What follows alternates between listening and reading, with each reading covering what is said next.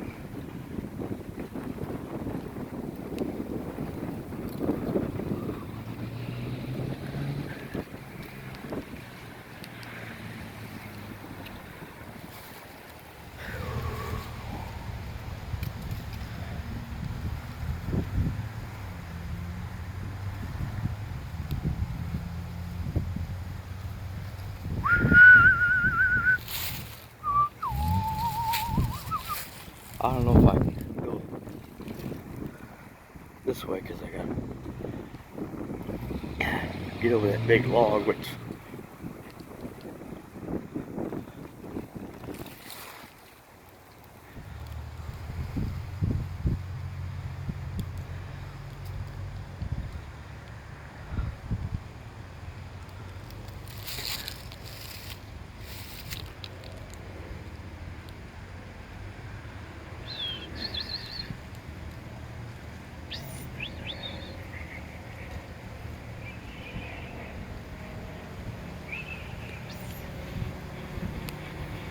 sorry about that.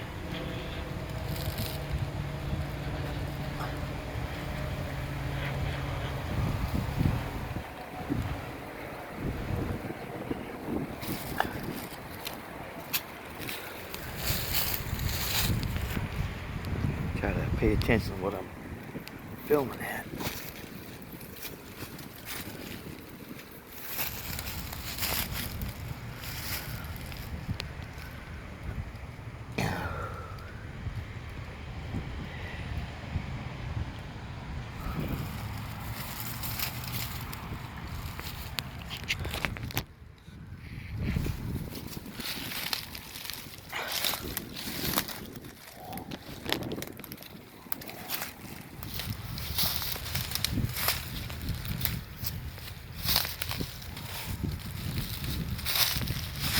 Looks like the park people put it out. So watch out. Touching the veins on them trees, it might be poison ivy.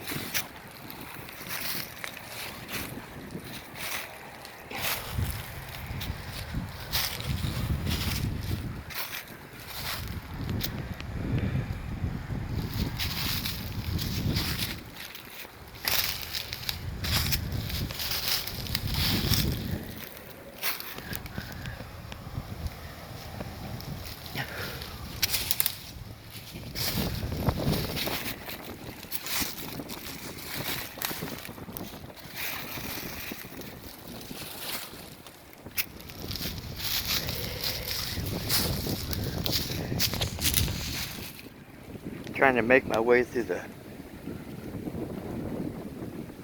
this crap. It's like all uneven and stuff. Kind of hard to walk on.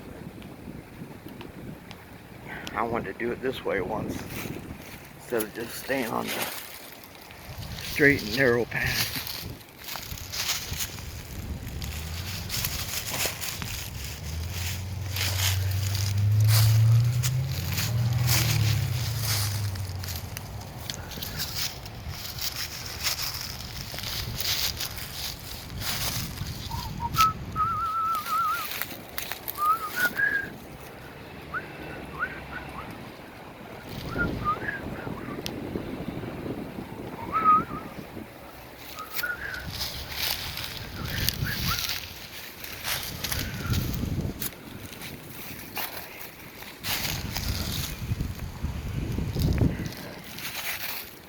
Probably get a bunch of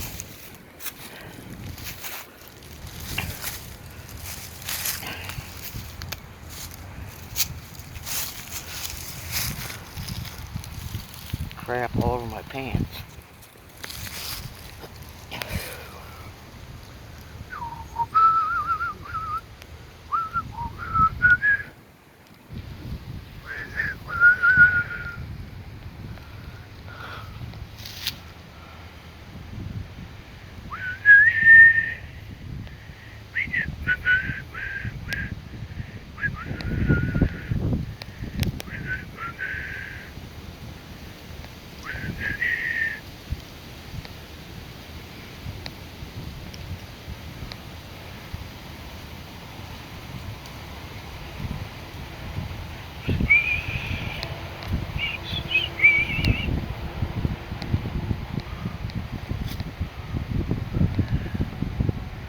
wanted to do a couple of zoom shots like this because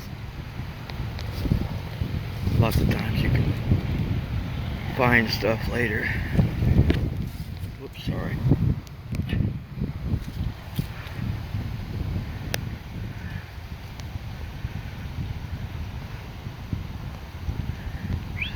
I think that the path for me would have been better to go through.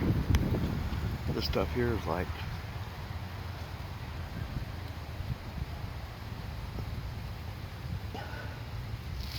not good for me to walk through, put it that way.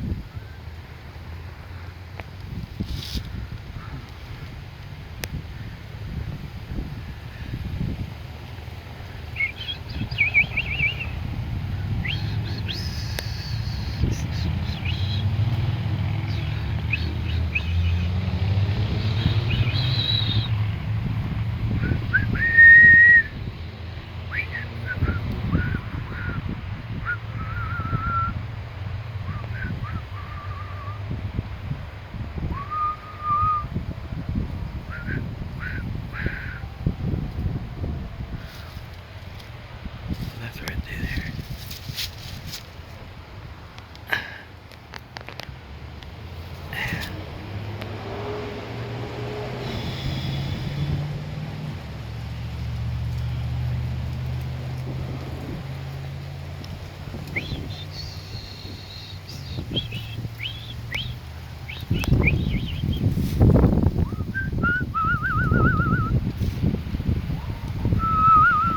I'm just gonna make my way back to the car because I can't walk through this crap very good.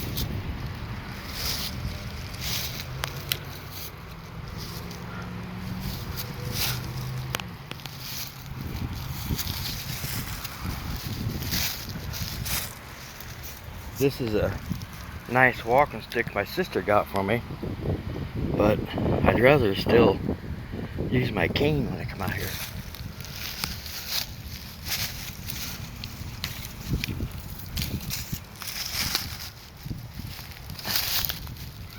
Sometimes it's good to have something to lean on, you know.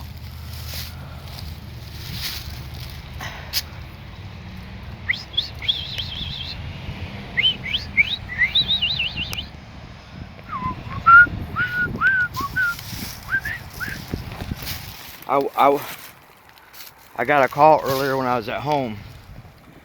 It's from my stepdaughter. She was in a car accident back in 2017. Or was it 16? She kept saying 4 years. It may have been 2016, but I'd have to ask my ex-wife to be sure. But after she had her accident, it happened in Indiana. Of course, it's where we live at. And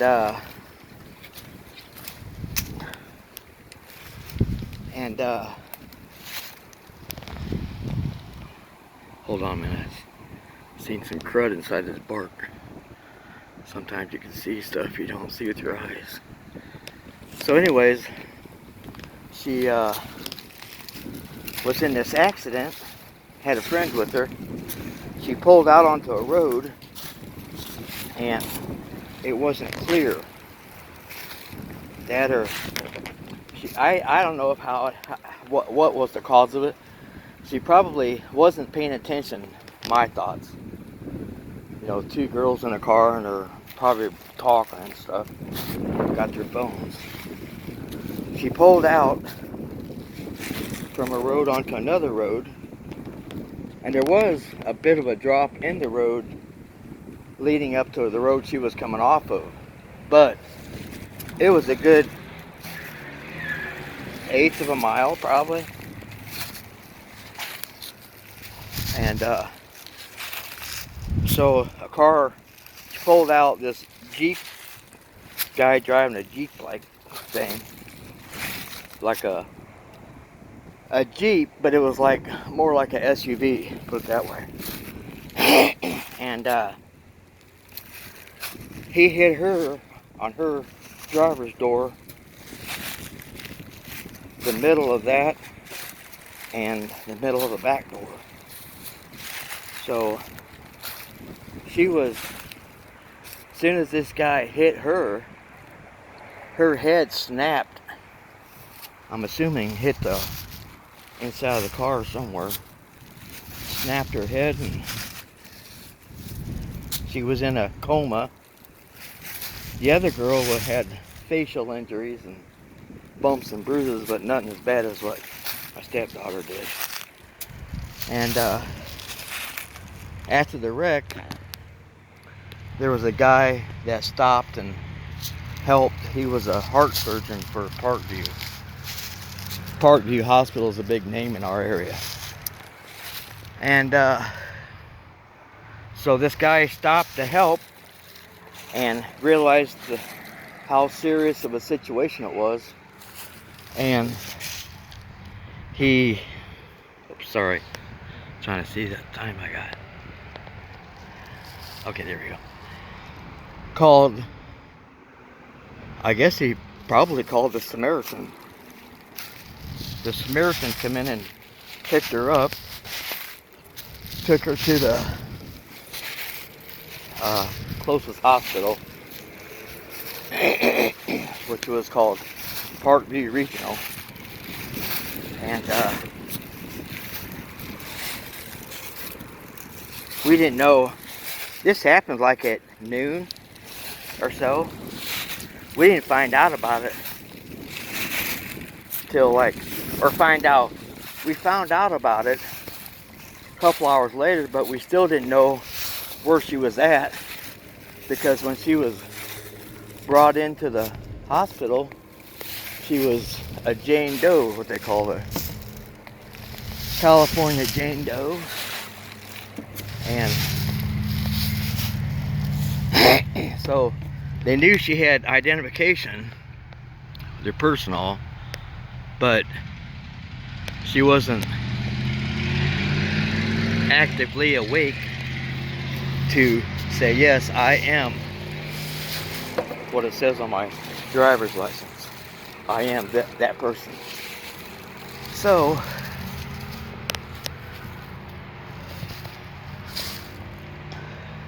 I think I'm just gonna head on home. I got a good enough video.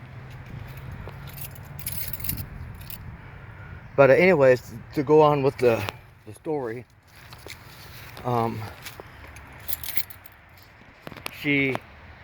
we found out about 6:30 or so where she was at, blah blah blah. Got into the room to see her, and she had a severely bruised brain with some bleeding, internal hemorrhaging. They put a stent in her forehead to release the pressure as it built up. She had, her left hip was smashed.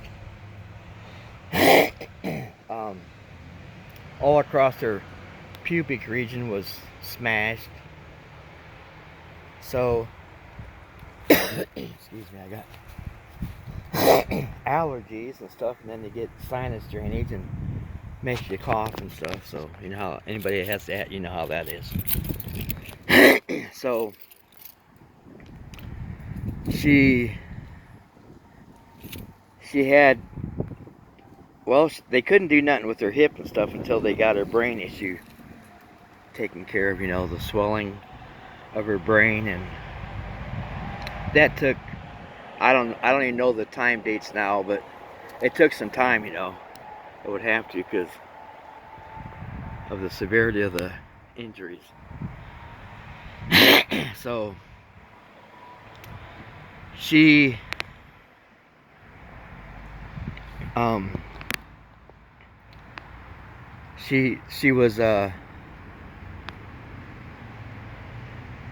probably, I don't even know the time frame of it, but she was in a coma.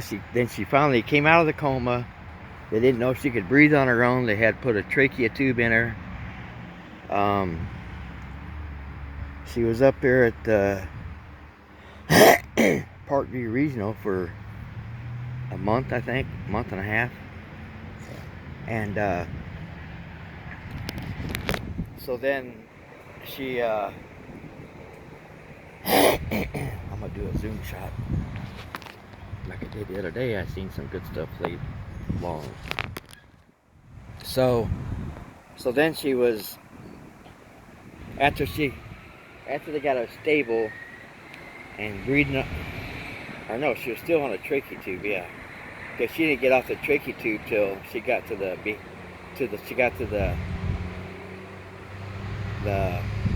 Randalia Drive Parkview, which is the Parkview where they do, you know, try to get your body working for you. I can't remember the name I'm thinking of right now. But anyways, they got her moved over to that other hospital. Can't think of what they specialize in, helping people walk and all that stuff, you know, back to walking and all that stuff. So anyways,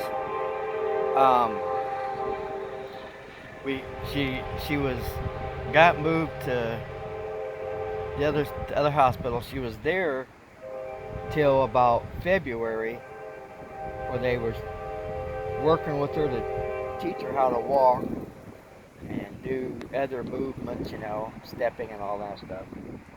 And after being at that second hospital for like a week, they were able to take the trachea tube out, so she was breathing on her own.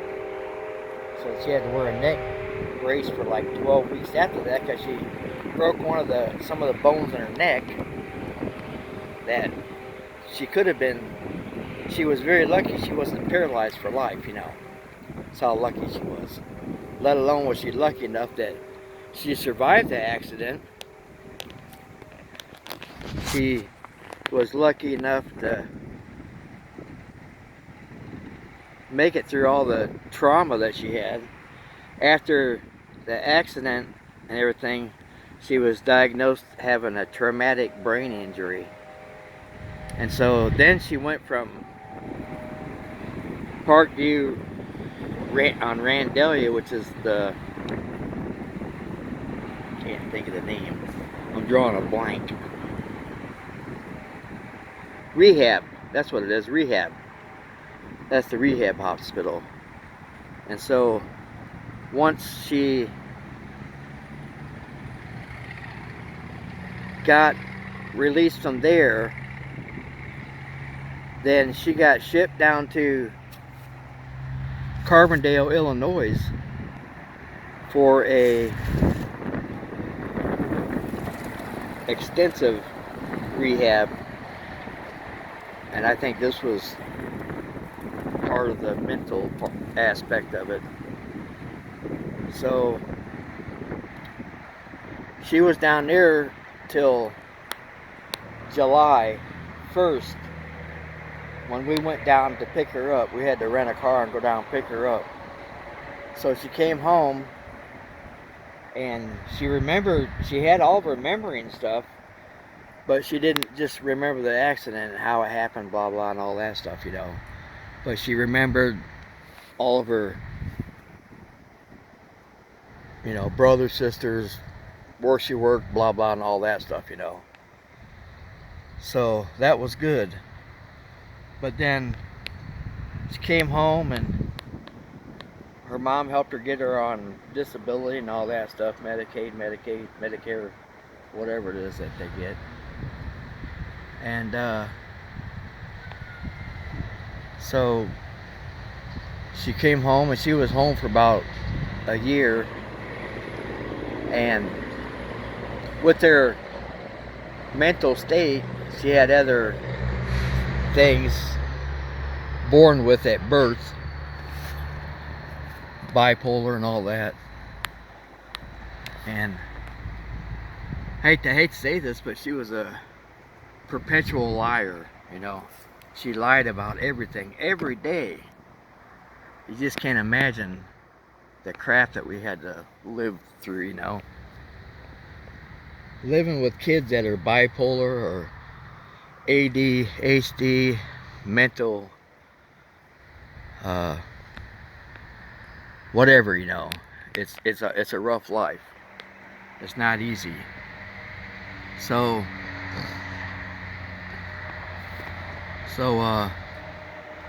after about a year or so, she decided she wanted to move out. She didn't want to live under mom's rule, which wasn't really bad or harsh for her. It was just stuff that her mom thought she needed to do to be safe. You know, you can't go out in life with her kind of mental condition and just get back into the rhythm of what she was doing before. Her biggest goal was to get out and get her own place. Well, she now lives in a state-funded facility that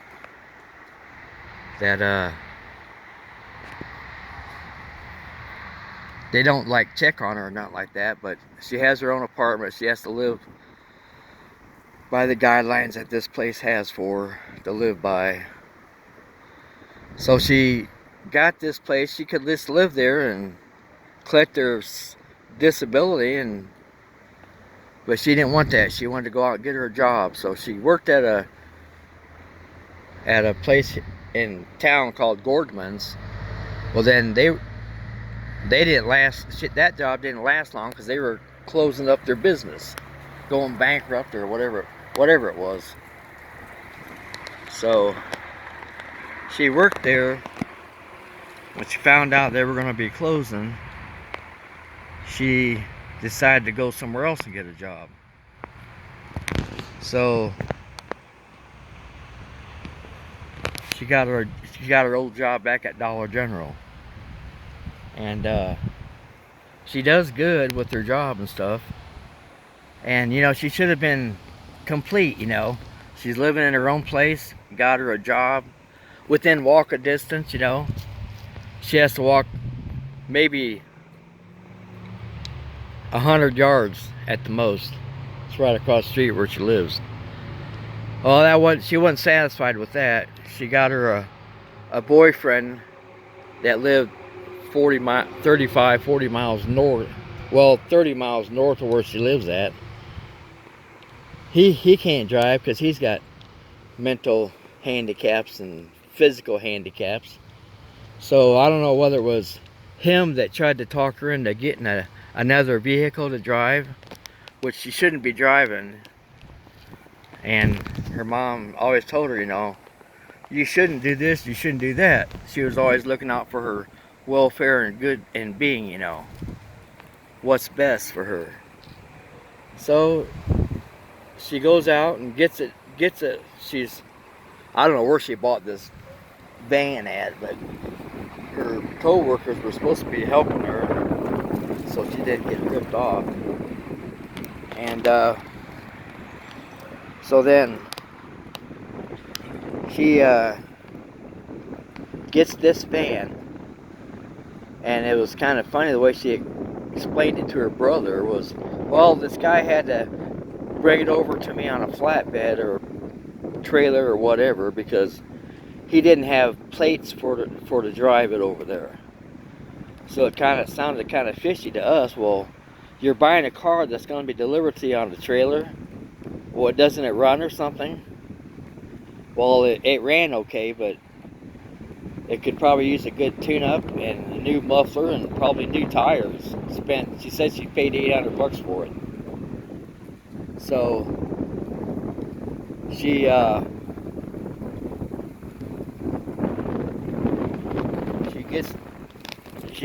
when I went over there to her house yesterday, and she's like, she was bored.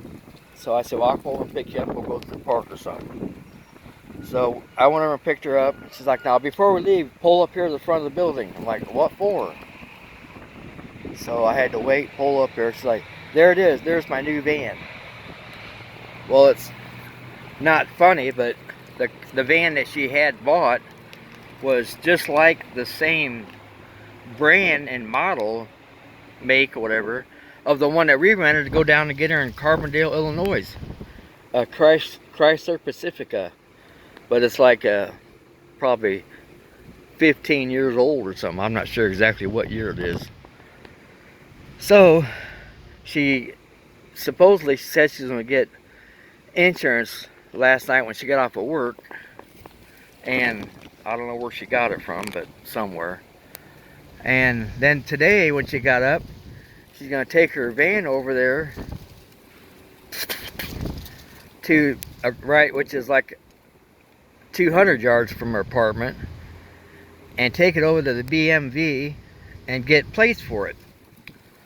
So upon leaving that place, she said there was a car right next to her, almost too close to be parked next to her. Well, I don't know whether she did it or that guy pulled in and made it close like that. So she said as she was backing out, she noticed she felt the tires scraping against her tires or whatever it was that was making noise.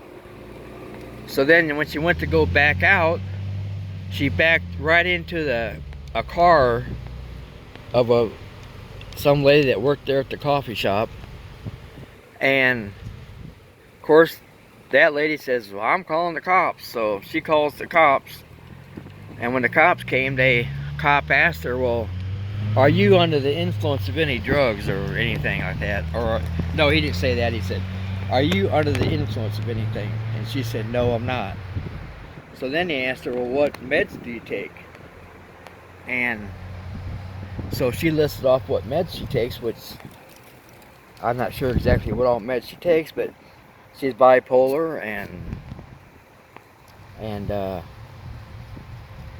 she has several meds that she takes for that. And I don't know what all she takes, but once she told the cop what she takes, she said the cop's mouth just dropped, like he was in shock. He told her she shouldn't be driving knowing what meds that she takes. He told her that.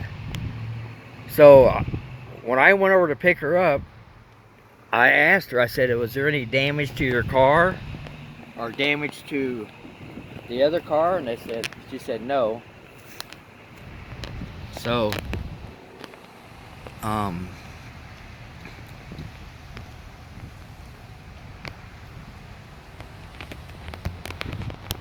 so she said no.